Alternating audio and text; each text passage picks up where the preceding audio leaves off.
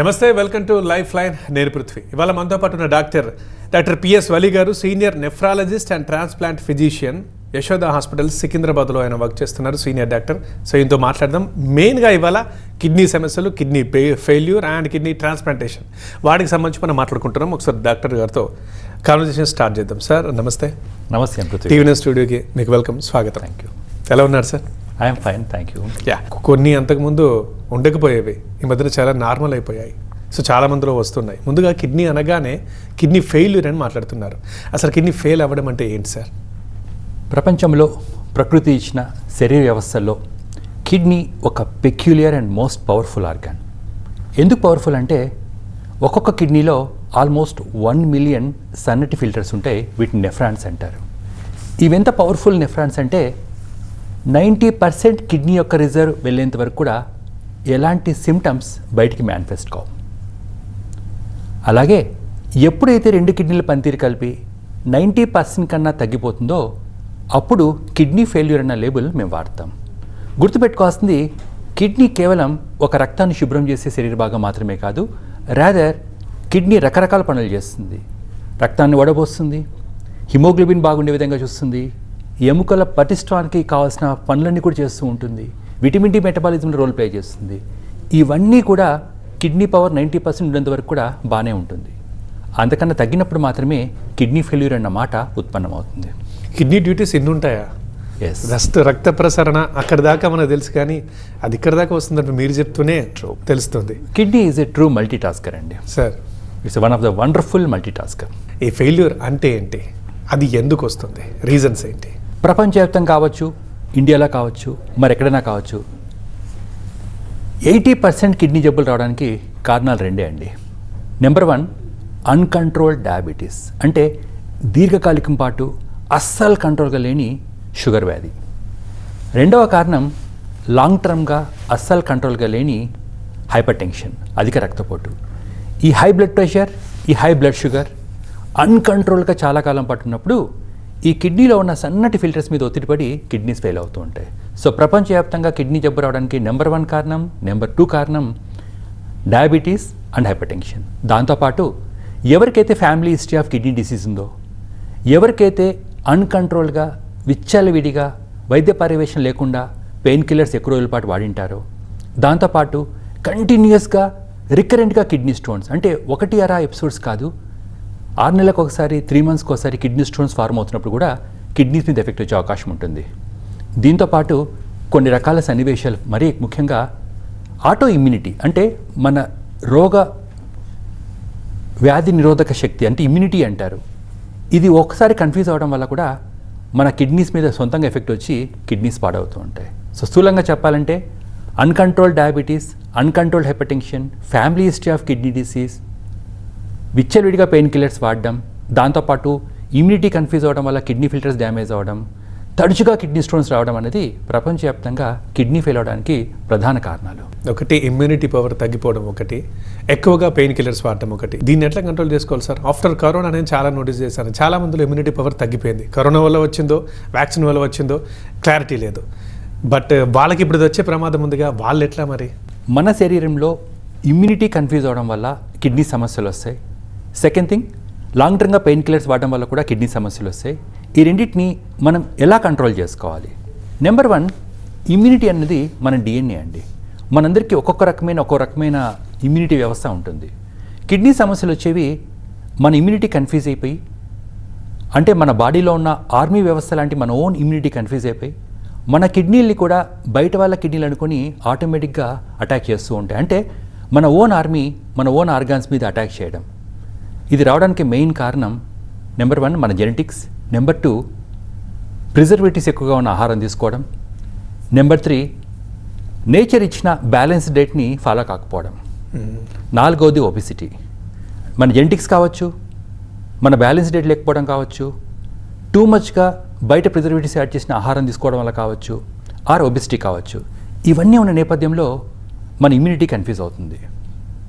అప్పుడు మన ఆర్గాన్స్ మీదే మన ఇమ్యూనిటీ పనిచేసి ఆర్గాన్స్ నిర్వీర్యం చేస్తుంది. దాన్ని ఆటో ఇమ్యూన్ డిజార్డర్ అంటారు. మీరు అడిగిన రెండొకటి పెయిన్ కిల్లర్స్ అండ్ కిడ్నీ. మనందరం కూడా పెయిన్ కిల్లర్స్ వాడాల్సిందే. పెయిన్ కిల్లర్స్ లేకుండా ప్రపంచం ముందుకెళ్ళదు. సమస్య అంతా ఎప్పుడు వస్తుందంటే విచ్చలవిడిగా విచక్షణ లేకుండా వైద్య పర్యవేక్షణ లేకుండా రోజుల తరబడి నెలల తరబడి పెయిన్ కిల్లర్స్ వాడడం. అన్ఫార్చునేట్గా ఇండియాలో ప్రిస్క్రిప్షన్ లేకుండా కూడా మెడికల్ షాప్లో మనకు మెడిసిన్స్ విపరీతంగా దొరుకుతూ ఉంటాయి. ఇలాంటప్పుడు కొద్దిమంది ఈ పెయిన్ కిల్లర్స్ కూడా బానిసలైపోయి కంటిన్యూస్గా పెయిన్ కిల్లర్స్ వాడడం వల్ల ఈ కిడ్నీ ఫిల్టర్స్ డ్యామేజ్ అవుతూ ఉంటాయి. దీనికి ఒకే ఒకటి ఆన్సర్, ప్లీజ్ వైద్య పర్యవేక్షణ లేకుండా ఎలాంటి పెయిన్ కిల్లర్స్ని మీరు వాడకండి. చిన్న చితక పెయిన్స్ ఏదైనా ఉన్నా, ఫర్ ఎగ్జాంపుల్ చిన్న తలనొప్పి కావచ్చు, చిన్న నడుము నొప్పి కావచ్చు, వాటికి మీరు పవర్ఫుల్ పెయిన్ కిల్లర్స్ వాడాల్సిన అవసరం లేదు. సింపుల్ పారాసెటమాల్ మాత్రం కూడా సరిపోతుంది. Paracetamol కిడ్నీస్కి safe. దెర్ఫోర్ మనం నియంత్రణలో ఉండి పెయిన్ కిల్లర్స్కి బానిస కాకుండా ఉంటే ఆటోమేటిక్గా సరిపోతుంది. కిడ్నీ అనగానే అసలు ఫస్ట్ అందరికీ వచ్చే మెయిన్ డౌట్, మనం చూస్తుంటాం ఒక కిడ్నీ వేరే వాళ్ళకి ఇస్తూ ఉంటారు అవసరమైన పరిస్థితులలో. ఆ తర్వాత ఒక డ్యామేజ్ అయినా సరే కొంతమంది బాగానే ఉంటూ ఉంటారు. అసలు కిడ్నీ స్ట్రెంగ్త్ ఎంత సార్ మనకు? రెండు అవసరమా, ఒకటి లేకపోయినా నడుస్తుందా? నా క్వశ్చన్ ఎలా అడిగాను కానీ మీకు అర్థమై ఉంటుంది. అసలు దాని స్ట్రెంగ్త్ ఏంటి? పర్ఫెక్ట్. ప్రకృతి మనకి 2 శరీర భాగాల్లో 2 కిడ్నీస్ ఇచ్చిన మాట సత్యమే, కానీ ఒక మనిషి నార్మల్ లైఫ్ లీడ్ చేయడానికి 1 కిడ్నీ సరిపోతుంది. అంటే 1 కిడ్నీ కూడా 2 కిడ్నీల పనిని ప్రాపర్గా చేస్తుంది. అందుకే చాలామంది ఆర్గాన్ డొనేషన్ అప్పుడు ఆర్గాన్స్ డొనేట్ చేస్తూ ఉంటారు. ఆర్గాన్ డొనేట్ చేసినప్పుడు కూడా ఆ ఆర్గాన్ డొనేట్స్ బ్రహ్మాండంగా నార్మల్ లైఫ్ లీడ్ చేస్తూ ఉంటారు. మరీ ముఖ్యంగా చాలామంది సింగిల్ కిడ్నీతో పుడుతూ ఉంటారు. బట్ ఈ సింగిల్ కిడ్నీ ఉన్న వాళ్ళు కూడా నార్మల్ లైఫ్ ఎలాంటి అనుమానం లేకుండా లైఫ్ లీడ్ చేయొచ్చు. ఎందుకంటే 1 kidney is capable of doing the functions of 2 kidneys.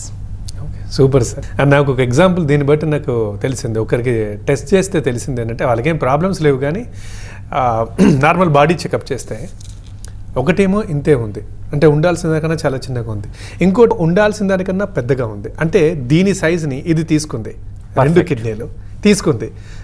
Doctor ఏమన్నారు, ఇలా కూడా ఉంటాయి, దీనివల్ల ఇప్పుడైతే మీకు ఏం ప్రాబ్లం లేదు కదా, సో ఉండకపోవచ్చు కూడా, నో ప్రాబ్లం, ఇది చేసేస్తుంది అని అన్నారు. బట్ పేషెంట్ ఆ టైంలో భయపడ్డారు, తర్వాత పోతుంది. సో నో ప్రాబ్లమా సార్ అలా ఉన్నా కూడా? No problem. అట్లీస్ట్ మా ఓపీలో వారంలో అట్లీస్ట్ ఒక ముగ్గురని మేము చూస్తూ ఉంటాం. ఏదో ఒక కిడ్నీ బొత్తిగా చిన్నగా అయిపోవడం, లేక అసలు సర్ప్రైజింగ్గా 1 కిడ్నీతో పుట్టినట్టు తెలవడం. మీరు అన్నట్టు 1 కిడ్నీ లేకున్నా ఇంకొక కిడ్నీకి కంపెన్సేట్ చేసే గొప్ప కెపాసిటీ ప్రకృతి ఇచ్చింది. అంటే ఈ కిడ్నీ లేకున్నా ఈ కిడ్నీ ఆటోమేటిక్గా దాని పని చేస్తుంది. This is known as the power of compensation. అందుకే ఇలాంటి వాళ్ళు నార్మల్ లైఫ్ లీడ్ చేస్తారు. ఇక మరి కిడ్నీకి సంబంధించి మీరు అన్నారు ఇప్పుడు అధిక రక్తపోటు సంథింగ్, అసలు ఏమైనా వ్యాధులు వస్తే వాటిని ప్రారంభ దశలోనే ఎలా గుర్తించాలి? కిడ్నీ డిజార్డర్స్కి ఎలాంటి సిమ్టమ్స్ ఉండవండి. నేను ఎదుర్కొనే ఒక కామన్ క్వశ్చన్ మా పేషెంట్స్ దగ్గర నుంచి కావచ్చు, కమ్యూనిటీ దగ్గర నుంచి కావచ్చు, డాక్టర్ గారు కిడ్నీస్ వెళ్ళినప్పుడు ఎలాంటి సిమ్టమ్స్ ఉంటాయని.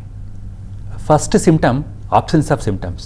అంటే 90% కిడ్నీ రిజర్వ్ వెళ్ళిపోయేంత వరకు, 90% కిడ్నీ ఫంక్షన్ డ్యామేజ్ అయ్యేంత వరకు ఎలాంటి సిమ్టమ్స్ ఉత్పన్నం కాకపోవచ్చు. అందుకే ప్రొయాక్టివ్గా టెస్టులు చేయించుకోవడం ఒకటే మార్గం. కాళ్ళవాపులు రావడం, లేక అర్లీ మార్నింగ్ లేవగానే కంటి చుట్టూ ఉబ్బినట్టు వాపులు రావడం, this is one of the most important symptom. ఎందుకంటే ఇది కిడ్నీ డిజార్డర్ని సూచించే one of the indirect manifestation. రెండవ సిమ్టమ్ వచ్చి చిన్న వయసులో బీపీ రావడం. ఎస్, చిన్న వయసులో బీపీ అంటే లెస్ దాన్ 45 years బీపీ ఎవరికి వచ్చినా దయచేసి కిడ్నీ పనితీరు ఎలా ఉందో చూసుకోండి. ఎందుకంటే చిన్న వయసులో బీపీ రావడానికి one of the most important reason all across the world kidney disorders. అంటే కిడ్నీ పనితీరు లోపాలు ఉన్నప్పుడు ఒక కెమికల్ రిలీజ్ కావడం వల్ల ఈ కెమికల్ వల్ల చిన్న వయసులో బీపీ వస్తూ ఉంటుంది. సో చిన్న వయసులో బీపీ ఎప్పుడు వచ్చినా భయపడకండి, కానీ దయచేసి ఒకసారి కిడ్నీ ఫంక్షన్స్ ఎలా ఉన్నాయో చెక్ చేసుకోండి. మూడవది విపరీతంగా బ్రీతింగ్ ప్రాబ్లం. అంటే రాత్రిపూట పడుకున్నప్పుడు ఎవరో లేపినట్టు నిద్రలో నుంచి బ్రీతింగ్ ప్రాబ్లంతో లేచి కూర్చోవడం, కొద్దిగా వాష్రూమ్కి వెళ్ళినా విపరీతంగా బ్రీతింగ్ ప్రాబ్లం రావడం కూడా కిడ్నీ డిజార్డర్స్కి one of the indirect manifestation. దీంతోపాటు యూరిన్ యొక్క రంగు మారిపోవడం. రంగు అంటే అందరూ ఎల్లో అనుకుంటారు, ఎల్లో కాదు, యూరిన్ కోలా రంగులో రావడం లేక కాఫీ రంగులో రావడం. ఇది ఒక one of the most important sine qua non and symptom for kidney disorders. దీంతోపాటు రాత్రిపూట చిన్న వయసులో కూడా ఎక్కువసార్లు లేవడం, యూరిన్ కోసం ఒక 3-4 times రాత్రిపూట తరచుగా లేస్తూ ఉన్న ఒకసారి కిడ్నీ ఫంక్షన్ ఎలా ఉందో చూసుకోండి. దీంతోపాటు అడ్వాన్స్డ్ కిడ్నీ డిజార్డర్స్లో కిడ్నీ యొక్క ఫంక్షనింగ్ ఆల్మోస్ట్ 90% వెళ్ళిపోయిన తర్వాత నిరంతరం వాంతులు చేసుకుంటూ ఉండడం, ఆకలి అస్సలు లేకపోవడం కూడా కిడ్నీ డిజార్డర్స్కి ఇండైరెక్ట్ సిమ్టమ్స్. సో కిడ్నీ డిజార్డర్స్కి డైరెక్ట్ సిమ్టమ్స్ అంటూ ఏముండవు, అన్నీ కూడా ఇండైరెక్ట్ సిమ్టమ్సే. మరీ ముఖ్యంగా 90% మందిలో ఎలాంటి సిమ్టమ్స్ ఉండవు. టెస్టులు చేసుకోవడం ఒకటే దీనికి మార్గం. ఏం టెస్టులు చేసుకోవాలి? ఏదో పవర్ఫుల్ కాస్ట్లీ టెస్టులు అవసరమని కానే కాదు. కిడ్నీ యొక్క హెల్త్ని స్థూలంగా గమనించడానికి చాలా బేసిక్ ఫండమెంటల్ టెస్ట్లు అవసరం అవుతాయి. అందులో నెంబర్ 1 వచ్చి కంప్లీట్ యూరిన్ ఎగ్జామినేషన్. అంటే కామన్గా అందరికీ అవైలబుల్గా ఉన్న ఒక చిన్న యూరిన్ టెస్టే complete urine test. Complete urine టెస్ట్లో మనకి చాలా రకమైన డేటా వస్తూ ఉంటుంది. రెండవది వచ్చి సీరం క్రియాటినిన్ లేక GFR. ఇది కూడా కిడ్నీ యొక్క పనితీరు ఎలా ఉందో చెప్పే ఒక వండర్ఫుల్ మార్కర్. సీరం క్రియాటినిన్ ఒక ఫండమెంటల్ టెస్టు. ఇదే ఫండమెంటల్ టెస్ట్ని ఇంకొద్దిగా ఈక్వేషన్ రూపంలో ఇస్తే దాన్ని GFR అంటారు. సో క్రియాటినిన్ లేక EGFR ఇది కూడా కిడ్నీ పనితీరుని బేరీ చేసే ఒక టెస్టు. దీంతోపాటు మరీ ముఖ్యంగా కిడ్నీ జబ్బుని అర్లీ దశలో గుర్తుపట్టే ఒక వండర్ఫుల్ టెస్ట్ ఉంది. ఆ టెస్ట్ ఏంటంటే UACR. UACR అంటే యూరిన్ ఆల్బుమిన్ క్రియాటిన్ రేషియో. ఈ UACR ఎంత ఫేమస్ అంటే కిడ్నీ జబ్బులు ఇంకా క్రియాటిన్ పెరిగే 6 years కంటే ముందే మనం గుర్తుపట్టచ్చు. మరీ ముఖ్యంగా డయాబెటిక్స్ కావచ్చు, హైపర్ టెన్షన్ కావచ్చు, కిడ్నీ జబ్బు చాలా అర్లీ దశలో ఉన్నప్పుడే ఈ UACR టెస్ట్ అనేది గుర్తుపడుతుంది. దీని నార్మల్ వాల్యూ <30. అంటే ఒకవేళ ఈ గోల్డెన్ ఫేజ్లో గిన ఈ గోల్డెన్ అవర్లో UACRలో మాత్రం అబ్నార్మాలిటీని గుర్తుపడితే చాలామందిని కిడ్నీ ఫెయిల్యూర్ దాకా, డయాలసిస్ దాకా, ట్రాన్స్ప్లాంట్ దాకా పోకుండా ఈ మోడర్న్ ఎరాలో బ్రహ్మాండంగా కాపాడుకోవచ్చు. సో కిడ్నీ జబ్బు గుర్తుపడడానికి నెంబర్ 1 కావాల్సింది complete urine examination, number 2 creatinine లేక GFR, అండ్ మూడవది యూరిన్ ఆల్బుమిన్ క్రియాటిన్ రేషియో. ఈ మూడిట్లో UACR చాలా గొప్ప టెస్ట్. 40 ఏళ్ల లోపు గనక తొందరగా బీపీ అటాక్ అయితే వాళ్ళు ఖచ్చితంగా చెక్ చేయించుకుంటూ ఉండాలి సంథింగ్ అని అంటారు. బట్ మనం చూస్తుంటాం ముఖ్యంగా లేడీస్కి ప్రెగ్నెన్సీ టైంలో బీపీ అటాక్ అవుతుంది అని చాలామంది మనం వింటూ ఉంటాం. వాళ్ళందరికీ కిడ్నీ ప్రాబ్లం ఉన్నట్టేనా? ప్రెగ్నెన్సీలో వచ్చే బీపీని ప్రెగ్నెన్సీ ఇండ్యూస్డ్ హైపర్ టెన్షన్ అంటారు. ఎందుకంటే కొద్దిమందికి గర్భిణీ స్త్రీల్లో ప్రెగ్నెన్సీ వల్ల బీపీ రావచ్చు. వీళ్ళల్లో 99% మంది తర్వాత నార్మల్గా ఉంటారు. ఈ ప్రెగ్నెన్సీ ఇండ్యూస్డ్ హైపర్ టెన్షన్ వచ్చినంత మాత్రాన కిడ్నీస్ ఫెయిల్ అవుతాయని కంగారు పడాల్సిన అవసరం లేదు. కానీ ఎవరికైతే ప్రెగ్నెన్సీలో బీపీ వస్తుందో వారందరూ కూడా తర్వాత సంవత్సరానికి ఒకసారి పరీక్షలు చేయించుకోవాలి. నీళ్ళు ఎక్కువ తాగాలి, కిడ్నీ వ్యాధులు రావు, లేదా ఉన్నా పోతాయి, సంథింగ్ ఏదో మాట్లాడుతుంటారు. ఇది ఎంతవరకు నిజం సార్? అత్యంత గొప్ప మిస్లో వన్ ఆఫ్ ద గొప్ప మిత్ వచ్చి వాటర్ బాగా ఎక్కువ తాగండి మీ కిడ్నీలు బాగుంటాయని. మా ప్రొఫెసర్ ఒక మాట చెప్పేవాడు, anything in excess in life is a poison. లైఫ్లో ఏది ఎక్కువైనా అది పాయిజన్గా అవుతుంది. The same thing applies to kidney also. మనందరం కూడా హెల్తీగా ఉండాలంటే ఎంత వాటర్ తీసుకోవాలి? ఈ క్వశ్చన్కి ఆన్సర్ అందరికీ మూకుమ్మడిగా మూస పద్ధతిలో ఒకే ఆన్సర్ ఉండదు. ఎందుకోసమంటే మనం ఏసీలో కూర్చున్నామా, ఏసీలో కూర్చోలేదా, మన ఫిజికల్ యాక్టివిటీ ఏంటి, డైలీ ఎంత చెమట వస్తుంది, వీటన్నిటి మీద ఆధారపడుతుంది. సింపుల్గా చెప్పాలంటే ఆఫీస్ గోయింగ్ వాళ్ళందరికీ కూడా ఒక రోజులో 2-2.5 లీటర్స్ మోర్ దాన్ సఫిషియంట్. ఇంకా చెప్పాలంటే ఆల్మోస్ట్ అప్ టు 3.5 లీటర్స్. అంతేగాని ఏదో కిడ్నీలు ఫ్లష్ అవుతాయి, కిడ్నీలు డిటాక్స్ అవుతాయని టూ మచ్గా 6 to 10 లీటర్స్ వాటర్ తాగడం ఖచ్చితంగా మంచిది కానే కాదు. దెర్ఫోర్ మీరు ఎంత వాటర్ తాగాలో, ఎంత వాటర్ తీసుకోవాలో చెప్పేది మీ యూరిన్ అవుట్పుట్. ఒక రోజులో మనందరం కూడా 2 లీటర్స్ యూరిన్ ప్రొడ్యూస్ చేస్తున్నాము. మన యూరిన్ లైట్ ఎల్లో కలర్లో ఉంది అంటే దట్ ఇండికేట్స్ దట్ మన వాటర్ ఇంటేక్ అప్రాపరియేట్గా ఉన్నట్టు. అంతేగాని ఏదో నెట్లో చదివాము, ఎక్కడో చూసామని చెప్పి టూ మచ్ వాటర్ తీసుకొని డోంట్ గెట్ టాక్సిఫైడ్. నెట్ పుట్టక ముందు కూడా కిడ్నీ రాళ్ళు అనేది చాలా మన టాపిక్కి సంబంధం లేకైనా కిడ్నీ రాళ్ళు అనేది చాలా మామూలు ప్రాబ్లం కాబట్టి అప్పటి నుంచి మనం ఏళ్ళ నుంచి వింటూనే ఉన్నాం, అది నీళ్ళు ఎక్కువ తాగితే రాళ్ళు బయటకు వెళ్ళిపోతాయి మూత్రంలో అని చెప్పేసి. సో అక్కడ నుంచి ఇది మొదలై కిడ్నీ వ్యాధులన్నింటికీ అప్లై అవుతున్నట్టుంది. కిడ్నీ స్టోన్స్ ఉన్నా లేక మరేదన్నా బాడీలో కెమికల్స్ ఎక్కువ ఉన్నప్పుడు వాటిని ఫ్లష్ చేయడానికి వాటర్ ఎక్కువ తీసుకోవాలి. వారు కూడా అప్ టు 4-4.5 లీటర్స్ సరిపోతాయి. నార్మల్గా మనందరికీ ఆఫీస్ గోయింగ్ జాబ్స్ చేసే వాళ్ళకి 2.5 litres 3 litres more than sufficient. A type of people, ఎలాంటి మనుషులు కిడ్నీ వ్యాధుల బారిన పడే ప్రమాదంలో ఉంటారు? కిడ్నీ జబ్బులు అందరికీ రావండి. మీరు అన్నట్టు కొన్ని రిస్క్ ఫ్యాక్టర్స్ ఉన్న వారికి మాత్రమే కిడ్నీ డిసీజ్ వచ్చే అవకాశాలు ఎన్నో రెట్లు ఎక్కువ ఉంటాయి. వారిలో నెంబర్ 1 డయాబెటిక్స్. అట్లని చెప్పి ప్రతి ఒక్క డయాబెటిక్ కిడ్నీస్ ఫెయిల్ అవుతాయా? కానే కాదు. ఎవరికైతే దీర్ఘకాలికంగా లాంగ్ టర్మ్గా డయాబెటీస్ ఉండి డయాబెటీస్ని రెస్పెక్ట్ చేయకుండా బయట నుంచి బాగున్నాం కదా అని షుగర్ లెవెల్స్ని పట్టించుకోకుండా ఇయర్స్ టుగెదర్ షుగర్ కంట్రోల్ కాకుంటే వారికి ఈ హై షుగర్ వల్ల కిడ్నీ ఫిల్టర్స్ బ్లాక్ అయ్యి లాంగ్ టర్మ్గా కిడ్నీస్ ఫెయిల్ అవుతాయి. సో ఫస్ట్ రిస్క్ ఫ్యాక్టర్ వచ్చి అన్కంట్రోల్డ్ లాంగ్ టర్మ్ డయాబెటీస్. అంటే బాడీలో ఏం జరుగుతుంది సార్? కిడ్నీ మూసుకుపోతుందా?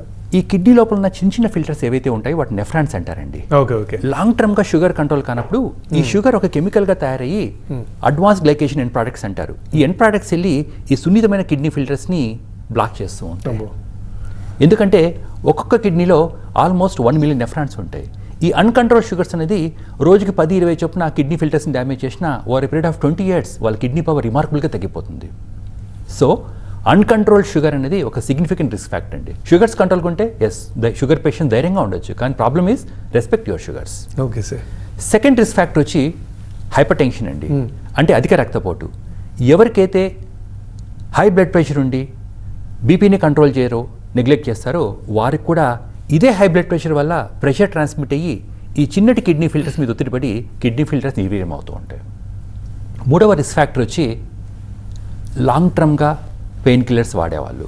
నాలుగవది family history of kidney disorders. అంటే ఏడీపీకేడీ అనే ఒక కండిషన్ ఉంటుంది. దాంట్లో కిడ్నీ డిజార్డర్స్ తరం ఒక తరానికి వస్తూ ఉంటాయి. మరి దీన్ని హెరిడిటరీ దీన్ని ఎలా తప్పించుకోవాలి? మా నాన్నకుంది కాబట్టి నాకుంది, దీనికి నేనేం చేయలేను.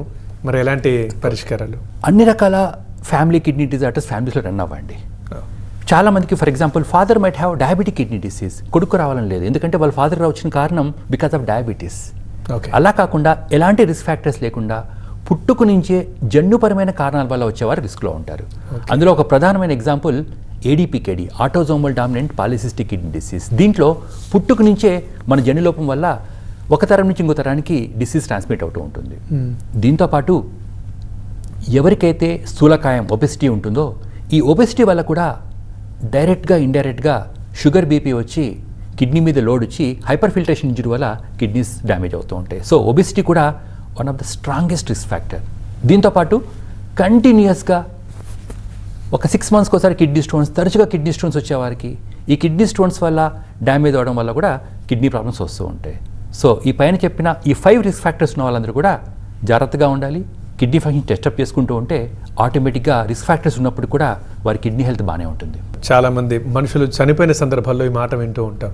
ఏమైందట అంటే నాకు స్ట్రోక్ వచ్చిందట, తర్వాత అదైందట ఇదైందట అని లాస్ట్లో ఏమంటారు, ఇంకేముంది కిడ్నీలు ఫెయిల్ అయ్యాయట చనిపోయాడు అని అంటారు. అంటే దాని అర్థం ఏంటి? వీటన్నింటి డ్యూటీ కిడ్నీ చేస్తూ ఉంటుందనా? అన్నింటి ప్రెషర్ కిడ్నీ పైన పడుతుందనా? ఏ శరీర భాగం డ్యామేజ్ అయినా అందులో ఎంతో కొంత ఎఫెక్ట్ కిడ్నీ తీసుకుంటుందండి. ఎందుకోసం అంటే మీరు చెప్పిన సన్నివేశాన్ని మల్టీ ఆర్గాన్ ఫెయిల్యూర్ అంటారు. అంటే పేషెంట్స్ హాస్పిటల్లో ఒక ప్రాబ్లంతో ఎంటర్ అవుతారు. ఎంటర్ అయిన తర్వాత అన్ఫార్చునేట్గా ఒక క్యాస్కేడ్, ఒక విషవలయంలో ఇరుక్కొని ఒక్కొక్క శరీర భాగాన్ని కోల్పోతూ ఉంటారు.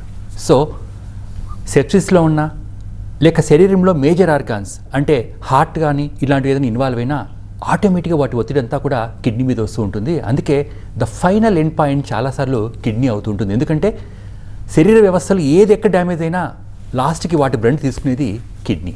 అన్నిటికీ తెలుసు, మనము లైఫ్ స్టైల్ మారిపోయింది, ప్రాసెస్డ్ ఫుడ్, జంక్ ఫుడ్ తీసుకుంటున్నాం. అండ్ కిడ్నీ బీపీలకు సంబంధించి ఉప్పు గురించి మాట్లాడుకుంటూ ఉంటాం. అది కూడా కిడ్నీకి డేంజరేనా అలాంటి ఫుడ్ తినడం? ఉప్పు పూర్తిగా మానేసిన ప్రాబ్లమే, ఎక్కువ తీసుకున్న ప్రాబ్లమే. అందుకే ప్రకృతి మన ప్రపంచంలో 2/3 ప్రపంచాన్ని ఉప్పు నీటితో నింపిపెట్టింది. అంటే ఉప్పు కూడా మనిషి యొక్క మనుగడికి చాలా ఇంపార్టెంట్. అలాగని ఎక్కువ తీసుకున్న ప్రాబ్లమే. మరి ఎంత ఉప్పు తీసుకోవాలి? ఒక రోజులో 5 grams. 5 grams అంటే ఎంత? 1 teaspoon. అంటే మనందరికి కూడా నార్మల్ హెల్త్ మెయింటైన్ కావాలంటే 1 teaspoon సరిపోతుంది. అలా కాకుండా మనం డైలీ ఇండియన్స్ 8 grams దాకా తీసుకుంటాం. ఎప్పుడైతే బయట ఆహారం ఎక్కువ తింటున్నామో, ఎప్పుడైతే ప్రాసెస్ ఫుడ్ ఎక్కువ తీసుకుంటున్నామో అప్పుడు ఒక సమస్య వచ్చి పడుతుంది. అదేంటంటే ఉప్పు కాని ఉప్పు. అంటే మనం బయట నుంచి తీసుకునే జంక్ ఫుడ్లో కావచ్చు, బేకరీ ఐటమ్స్లో కావచ్చు, వీటిలో ఉప్పులాగా ఉండదు, కానీ ఉప్పు యొక్క పదార్థం ఉంటుంది. అలాంటప్పుడు అమాంతం ఒక రోజులో తీసుకునే ఉప్పు అంతా కూడా 15 grams దాకా దాటిపోతూ ఉంటుంది. అప్పుడు ప్రాబ్లమ్స్ వస్తాయి. సో మనందరం హెల్తీగా ఉండాలంటే మీరు నేను ఒక రోజులో 5 grams దాకా సరిపెట్టుకోవచ్చు. కొంతమంది అతి జాగ్రత్త పరులు అయిపోతారు. మరి అసలే ఇప్పుడు మీరు చెప్తేనే కొంచెం క్లారిటీ వస్తుంది, కానీ అసలు వాడని మనుషులు కూడా ఉంటారు. ఇంకేది అసలే వాడొద్దని, అది ప్రాబ్లమేనా? ఉప్పు పూర్తిగా మానేయడం కూడా చాలా ఇంపార్టెంట్ అండి. మన శరీరంలో చాలా రకాల కెమికల్ ఫంక్షన్స్ ఉప్పు మీద ఆధారపడి ఉంటాయి. దేర్ఫోర్ మనల్ని మనం ప్రూవ్ చేసుకోవాలని చెప్పి పూర్తిగా ఉప్పు మానేయడం కూడా ఆబ్వియస్లీ అతివృష్టి కూడా వేరే హెల్త్ ఇష్యూస్కి కారణమవుతూ ఉంటుంది. ఇక ఎక్సర్సైజ్ అనేది కిడ్నీ వ్యాధుల నుంచి తప్పించుకోవడానికి లేదా బరువు తగ్గడం అనేది, వ్యాయామం అనేది ఎంతవరకు తోడ్పడతాయి? పర్ఫెక్ట్ అండి. కిడ్నీ ఒక మెటబాలిక్ ఆర్గాన్. మెటబాలిక్ ఆర్గాన్ అంటే బీపీ వచ్చినా, షుగర్ వచ్చినా, ఊబకాయం వచ్చినా అవన్నీ కూడా లాస్ట్కి డ్యామేజ్ అయ్యేది గుండె, heart and kidneys. Therefore kidney ఫంక్షన్ని కాపాడుకోవాలంటే balanced diet and physical activity చాలా చాలా ఇంపార్టెంట్. ఫైనల్గా TVNN వ్యూవర్స్ కోసం కిడ్నీ జాగ్రత్తలకు సంబంధించి ఏం చెప్తారు? నెంబర్ 1 జాగ్రత్త, బీపీ షుగర్ని రెస్పెక్ట్ ఇవ్వండి, బీపీ షుగర్ని నమ్మండి. ఒకవేళ బీపీ వచ్చినా, షుగర్ వచ్చినా మనసుకు తీసుకోకుండా వాటిని కంట్రోల్ చేసుకోండి. మీరు డయాబెటిక్ అయితే మీ లక్కీ నెంబర్ 7. అంటే ప్రతి ఒక్క డయాబెటిక్ కూడా వారి HbA1c అంటే 3 months షుగర్ యావరేజ్ని 7 కన్నా తక్కువ మెయింటైన్ చేసుకోండి. కిడ్నీ ప్రాబ్లం రావడానికి నెంబర్ 1 రీజన్ డయాబెటిక్స్ ఎప్పుడు ఈ రూల్ మర్చిపోయి HbA1cని మోర్ దాన్ 7 మెయింటైన్ చేసుకోవడం. So if at all you're diabetic, మీ HbA1c 7 కన్నా తక్కువ మెయింటైన్ చేసుకోండి. ఇఫ్ అట్ ఆల్ మీకు బీపీ ఉన్న బీపీని లెస్ దాన్ 130/80 కన్నా తక్కువ మెయింటైన్ చేసుకోండి. ఉప్పు కేవలం 5 grams కంటే తక్కువ. 150 minutes of physical activity per week. And మరీ ముఖ్యంగా బ్యాలెన్స్ డైట్ తీసుకోండి. అందరం అప్పుడప్పుడు బయట తీసుకుంటాం ఆహారం, జంక్ ఫుడ్ తింటాం. But please maintain a balance. Too much amount of junk food, too much amount of preservatives వల్ల, ఆర్ ఎవరో ఏదో చెప్పారు కిడ్నీ డిటాక్స్ చేయాలని చెప్పి so called detox herbal drinks too మచ్గా తీసుకోవడం వల్ల కూడా కిడ్నీస్ డ్యామేజ్ అవుతాయి. So respect nature, respect your body. అందరికి కూడా కిడ్నీ హెల్త్ ప్రాపర్గా ఉంటుంది. ఇది వాళ్ళ లైఫ్ లైన్. చూస్తూనే ఉండండి TV9.